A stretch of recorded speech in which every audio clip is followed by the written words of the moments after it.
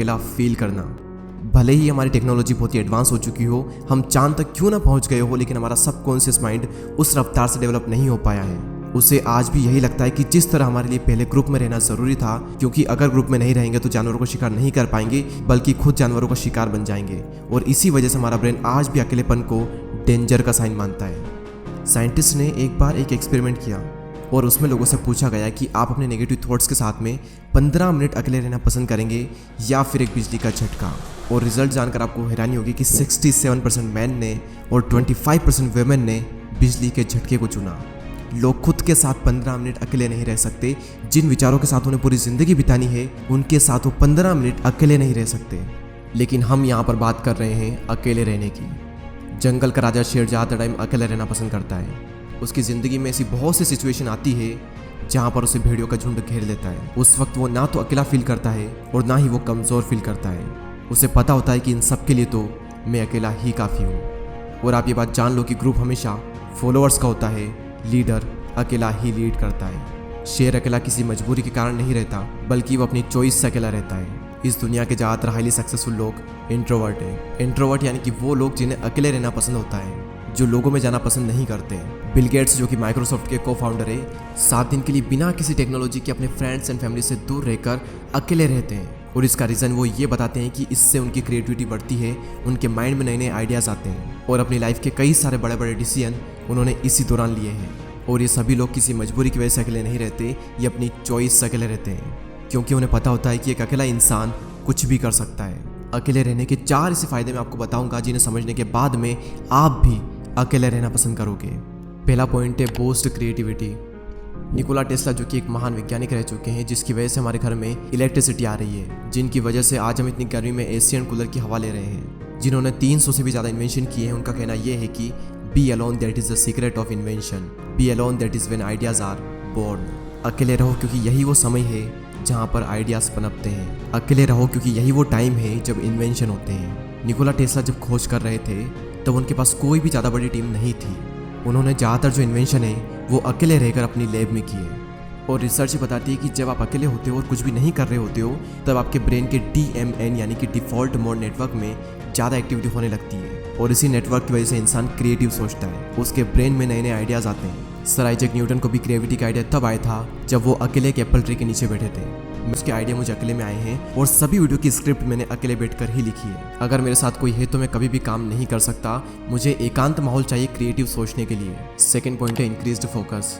जब आप अकेले रहोगे तो उन सभी लोगों से दूर रहोगे जो कि आपका ध्यान भटकाते हैं। आपका पूरा फोकस बस एक ही जगह पर रहेगा, आप चाह कर भी भटक नहीं सकते। आज से 4 साल पहले जब मैंने अपनी यूट्यूब जर्नी स्टार्ट की थी, तब मेरी लाइफ में सिर्फ 3 से 4 ही फ्रेंड थे और उनसे भी मेरा मिलना बहुत ही कम होता था। उस वक्त मैं ज़्यादातर टाइम अकेला ही रहता था और मुझे बहुत अच्छा लगता अकेले रहना, क्योंकि अकेले में मैं एक जोन में होता था। मैं भगवान का बहुत ही शुक्रगुजार हूँ कि उस वक्त मुझे लोग ज़्यादा पसंद नहीं करते थे। मेरी लाइफ में बहुत ही कम लोग थे और उसी वजह से मैं फोकस कर पाया और आज कुछ बन पाया, सिर्फ और सिर्फ क्योंकि मैं आइसोलेशन में था। अब ये आइसोलेशन क्या होता है? एक होता है अकेले रहना और एक होता है अकेले रह करके अकेला फील करना। अकेले फील करना यानी कि लोनलीनेस, अकेलापन। इसके लिए आपकी लाइफ में 1 से 2 लोग होने चाहिए, कुछ खास लोग जिनसे आप टाइम टू टाइम मिल लें, अपने दिल की बातें शेयर कर लें और उसके बाद फिर ख़त्म। और एक होता है अकेले रहना यानी कि आइसोलेशन, जहाँ पर आपका focus, creativity and productivity next level पर होती है। आइडियाज़ आते हैं, हम ग्रो करते हैं, अपनी क्षमताओं का पूरा इस्तेमाल करते हैं। और यही हुआ मेरे साथ जब मैं आइसोलेशन में चला गया। तीसरा सबसे बड़ा फ़ायदा सेल्फ अवेयरनेस। आप खुद को जान पाते हो। दोस्तों, एक बार मैं खाना खाने के बाद वॉक पर जा रहा था। रास्ता काफ़ी लंबा था, आधा रास्ता बीत गया। उसके बाद मैंने अपने एक फ्रेंड को कॉल किया और जब मैंने कॉल किया, जब मैं बातों में लग गया, मुझे पता ही नहीं चला कि कब रास्ता ख़त्म हो गया और कब मैं रिटर्न घर पर आ गया। यानी कि अगर हम किसी के साथ में हो तो हमारा कितना ही टाइम निकल जाता है हमें पता भी नहीं चलता। बड़े बड़े रास्ते छोटे पड़ जाते हैं अगर हम किसी के साथ में होते हैं तो। लेकिन जब हम अकेले होते हैं तो वही समय, वही रास्ता थोड़ा लंबा लगता है और हम अपने बारे में ज़्यादा सोच पाते हैं। सेल्फ अवेयरनेस के लिए, खुद को जानने के लिए अकेले रहना बहुत ज़रूरी है। और अगर आपको ये लगता है कि आप सेल्फ अवेयर हो, आप खुद को बहुत ही अच्छे तरीके से जानते हो, तो आप सभी लोग ये बात जान लो कि 5000 ऐसे लोग थे जिनको ये लगता था कि वो सेल्फ अवेयर हैं, लेकिन जब उनका सेल्फ अवेयरनेस का टेस्ट किया गया तो उनमें से सिर्फ 10 से 15% ऐसे लोग थे जो कि सेल्फ अवेयर थे, जिन्हें अपना पेशेंट पता था, जिन्हें अपनी स्ट्रेंथ पता थी, जिन्हें अपनी वीकनेसेस पता थी। बाकी लोगों के अंदर सारी चीज़ें हैं लेकिन उन्हें पता कुछ भी नहीं है। तो अकेले समय बिताओ और खुद को जानो। क्योंकि जो पूरी दुनिया को जानने में लगा रहता है वो किसी को भी नहीं जान पाता, लेकिन जो खुद को जान लेता है वो सभी को जान लेता है। नेक्स्ट पॉइंट यहाँ पर आता है मास्टर योर इमोशन। यहाँ पर फिर से वही बात आती है कि जो इंसान अपने इमोशंस को समझ लेता है वो पूरी दुनिया के इमोशंस को समझ लेगा। Royal Enfield, Mountain Dew, Maggi और ऐसी और भी कई सारी कंपनी के आपने एडवर्टाइजमेंट जरूर देखे होंगे। ये सभी कंपनी जब भी ऐड करती है तो ये कभी भी अपने प्रोडक्ट के बारे में बात नहीं करती है। वो ये नहीं बताती कि इनके अंदर क्या क्या इंग्रेडिएंट्स है, क्या क्या स्पेसिफिकेशन है, इसका टेस्ट कैसा है।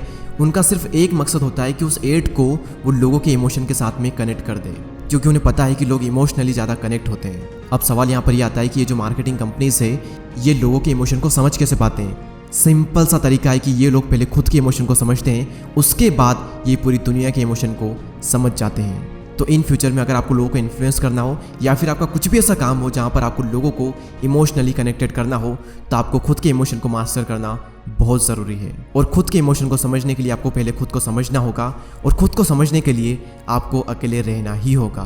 तो इसीलिए अकेले रहें, एकांत में रहें और अपनी पूरी आत्मा एक काम में डाल दो। एक दिन लोग आपसे मिलने को तरस जाएंगे। दोस्तों इस वीडियो में इतना ही। अगर आपको ये वीडियो अच्छी लगती है तो लाइक करें एंड चैनल को सब्सक्राइब करके बेल आइकन को प्रेस करें। मैं आपसे मिलूंगा अगले वीडियो में, तब तक के लिए जय हिंद, जय भारत।